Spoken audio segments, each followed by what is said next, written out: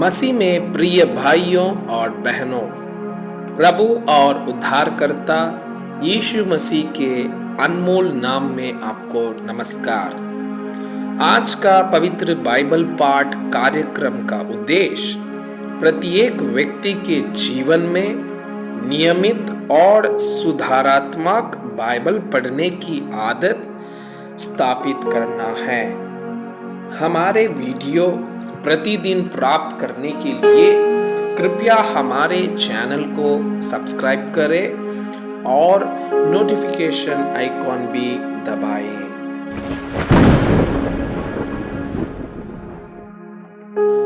आज का पवित्र बाइबल पाठ निर्गमन की पुस्तक अध्याय 7। अब यहोवा ने मूसा से कहा, सुन, मैं तुझे फिरौन के लिए परमेश्वर सा ठहराता हूँ और तेरा भाई हारून तेरा नबी ठहरेगा। जो जो आज्ञा मैं तुझे दूँ वही तू कहना, और हारून उसे फिरौन से कहेगा, जिससे वो इस्राएलियों को अपने देश से निकल जाने दे। परंतु मैं फिरौन के मन को कठोर कर दूंगा और अपने बहुत से चिन्ह और चमत्कार मिस्र देश में दिखलाऊंगा। तो भी फिरौन तुम्हारी ना सुनेगा, और मैं मिस्र देश पर अपना हाथ बढ़ाकर मिस्रियों को भारी दंड देकर अपनी सेना अर्थात अपनी इस्राएली प्रजा को मिस्र देश से निकाल लूंगा।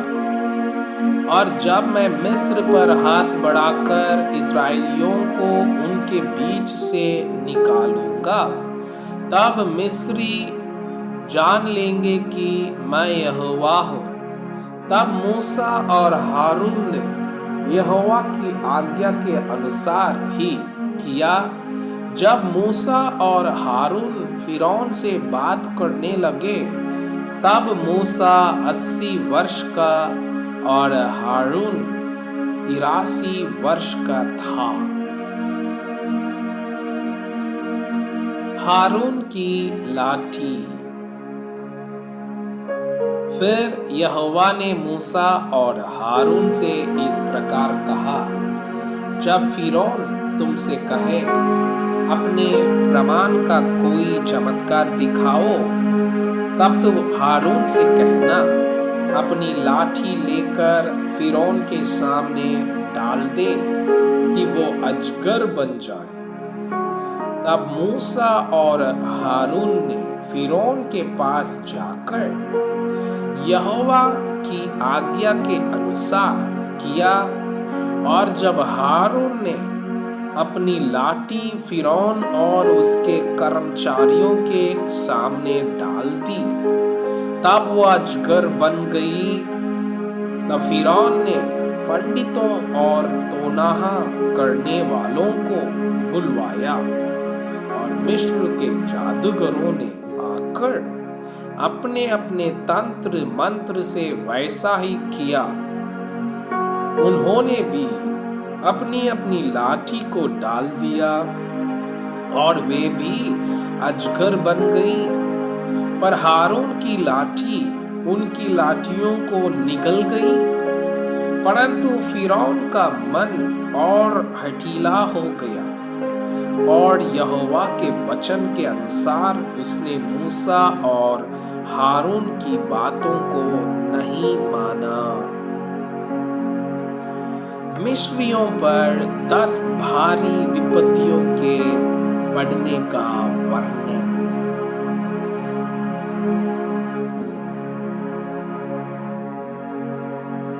तब यहोवा ने मूसा से कहा, फिरौन का मन कठोर हो गया है, और वह इस प्रजा को जाने नहीं देता।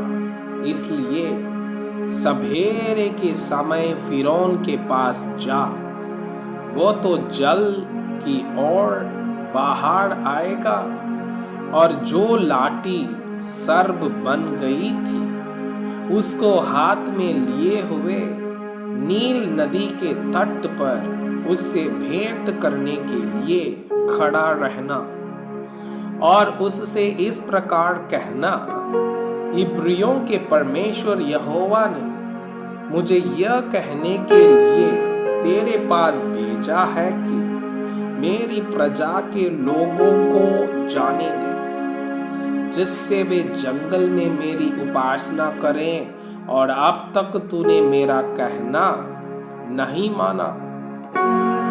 यहोवा यूं कहता है, इससे तू जान लेगा कि मैं ही परमेश्वर हूँ।